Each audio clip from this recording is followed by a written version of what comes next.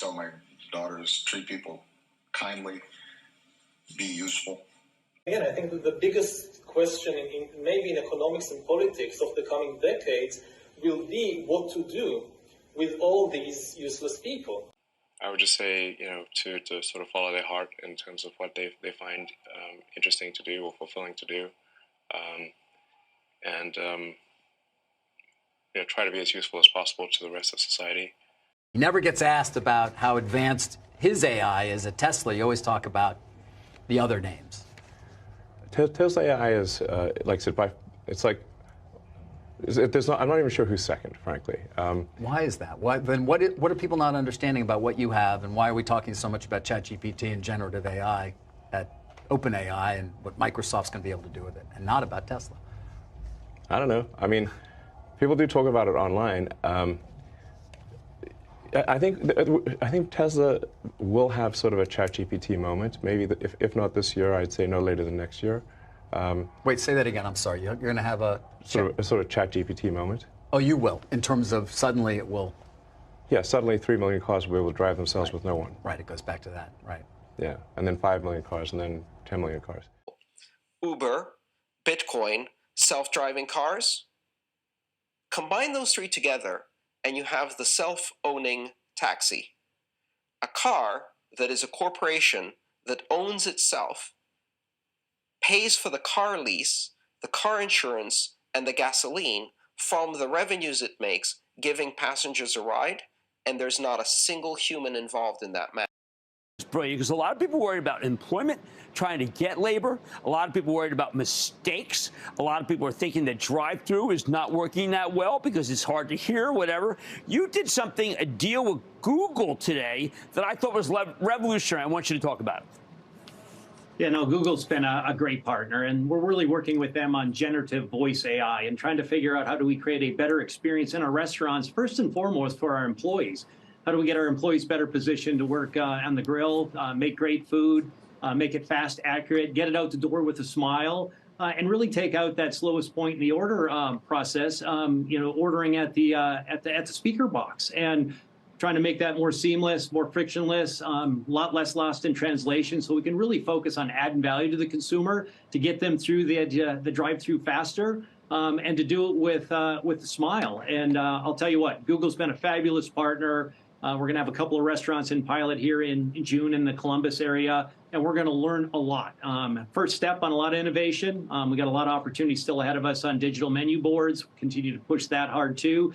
And you'll see a lot of other innovation coming from us to figure out how do we really drive the restaurant of the future over the next couple of quarters. Welcome to the Crypto Teacher. And you know I come back with that video just to make you think. Don't forget to like and subscribe to the channel. And guys, we know it's all part of the plan. The C word allowed people to sit at home and get free money, and the people that were working were demanding higher salaries. And guess what? They received it. Because remember, the NWO caused the problem, wait for the reaction, and run in with the solution. And they gave higher pay, knowing that inflation was coming right around the corner. And all these businesses were saying they can't find workers. Guys, they were getting paid more to sit at home than to work.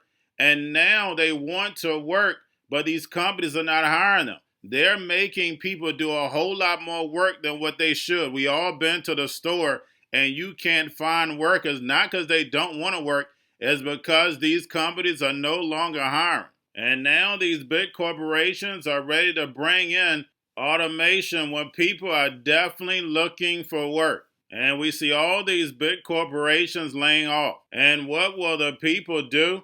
That's right. Go to your government and beg for free money. And guess what? They definitely have the solution.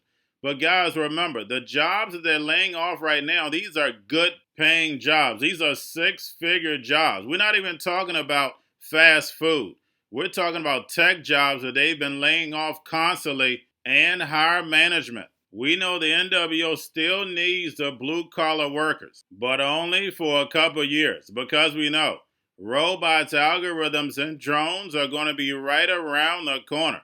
And Elon Musk clearly told you, you're going to have driverless cars. And we know these driverless cars are going to eventually add robots and drones. So in 5 years, guys, humanity will be taken out of the workforce. And guys, you do not want to be caught on the wrong side of history. Like Yuval and Elon say, make sure you're useful. And remember, the crypto teacher told you, because he knows when it comes to the New World Order, it's all planned out. You have a wonderful day. Kentucky Fried Chicken, KFC, showcased its automated restaurant in Moscow. In an outlet nicknamed a Restaurant of the Future by KFC, any possible interactions between customers and staff are reduced to the bare minimum. After the food is cooked, a firm and precise robotic hand puts the order into the box, which can be opened by a code given to the customer. To pay for the food, one can use both bank cards or face biometric data. This is Taco Bell Defy. Defy, right? Looks like kind of like a bank, maybe. Looks like a bank, yes. Drive-through lanes there. So one of the lanes is traditional. You know, you order your food from the screen and then you pick it up at the window. But the other lanes are for pre-orders. You can get that via the app, or then they have one for delivery drivers.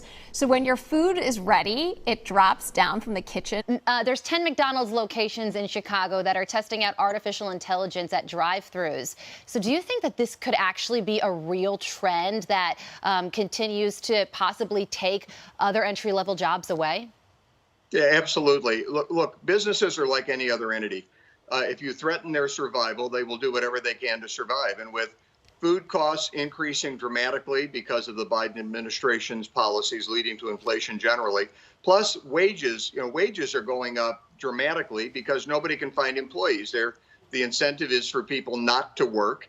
And when you incentivize people not to work, they don't work. So you really have restaurants facing a crisis and coming out of the pandemic, which put a lot of restaurants out of business. So what McDonald's is looking at, if McDonald's adopts it, it will spread throughout the industry. So it's a real possibility. Yeah. So if artificial intelligence does get used at restaurants like McDonald's, what group of people does that hurt the most? Because we were told that a $15 minimum wage would be a compassionate solution.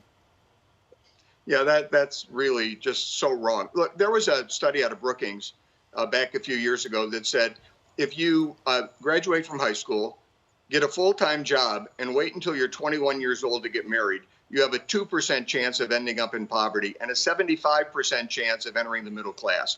And the job didn't have to be a white-collar job. It could be a full-time job in a McDonald's or anywhere else. So when you kill these jobs, when you kill these entry-level jobs, when you don't let people get on the ladder of opportunity, the people you're hurting are young Americans, and they've already been hurt. They've already lost a year because of this pandemic. So to hurt them further is insanity. It's economic insanity. Make Chipotle's chips inside of its test facilities in Irvine, California. Now, Chippy is going to find his way into a new Southern California Chipotle restaurant. Unclear the precise location, but I would venture to taking a trip out to that location just to see Chippy and get his autograph. But overall, this is another example of fast food chains trying to find ways to address the worker shortage. Now, ultimately, the big brother of Chippy is, in fact, Flippy. Flippy, who started working with White Castle a couple years ago. Flippy is now in, I believe, about 300 White Castle locations, actually flipping burgers and putting fries into the fry bin. And then, of course, next to it, you have Distant Uncle. That is over Domino's, and that robot is called the Neuro, and that is an autonomous delivery vehicle that is driving to certain restaurants in Houston to deliver hot pizzas. But again, going to a different economy, and we're going to be learning more about that as we go. But clearly, we're learning that things can be done from remote locations. We're learning that technology can replace people even more than we thought. We're not going back to the same economy. We're recovering, but to a different economy, and it'll be one that is more leveraged to technology. And I worry that that is going to make it even more difficult than it was for many workers. In Silicon Valley, and my friends who work in technology know that what we did to the manufacturing workers, we are now going to do to the retail workers, the call center workers, the fast food workers, the truck drivers, and then even bookkeepers, accountants, insurance agents, lawyers, and on through the economy.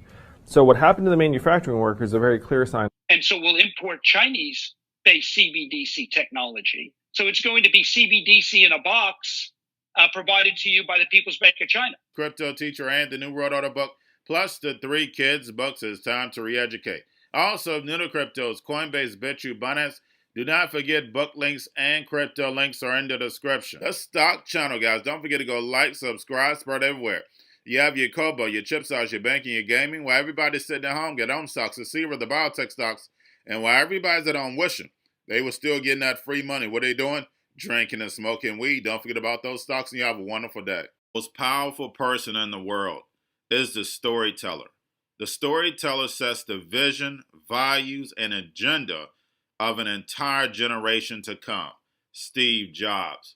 And guys, you know I truly believe in this. When you look at the New World Order, they're the storytellers. And that's the reason why I wrote my New World Order book. But guys, now it's time to change the current generation. And I wrote 3 kids' books. You know I love the Trinity because I understand the power that's in it. So I have 3 books. We have an opportunity to change the generation, to educate, not just me, but I want to show you that I take action on a daily basis. And I want you to take action on a daily basis.